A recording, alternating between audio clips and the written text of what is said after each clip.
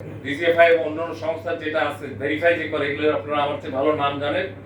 এত মোটা একটা কি বলবো রিপোর্ট, এটা প্রসেস হয়ে চিফ অ্যাডভাইজারের কাছে গেছে।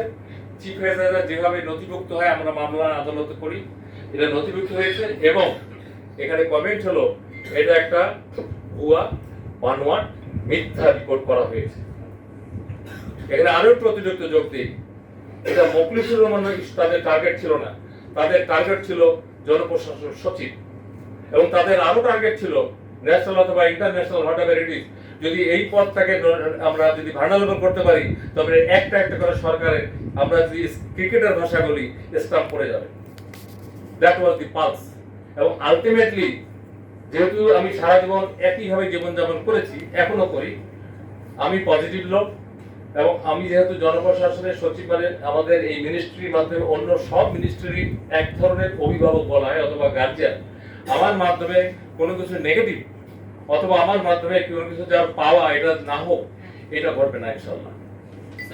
অনেকে দাবি করে যে আমি এত বছর চাকরি করে আসলাম, কিন্তু আইনে বলা আছে আপনি যেদিন পুলে ঢুকবেন ওই দিন থেকে আপনার সিনিয়রিটি।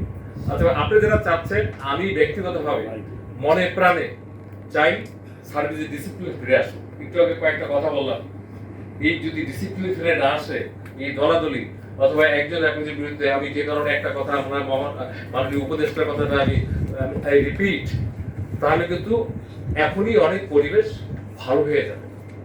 আপনারা অনেক negative news within the ministry করতে বাধ্য হয়েছেন এবং এটা করেও আপনাদের ভালো লাগেনি, কিন্তু করছেন। নিউজ মানে নিউজ, ভালোটাও নিউজ, খারাপটাও নিউজ। বলেন এটা থেকে সাপ্লিমেন্ট করি যে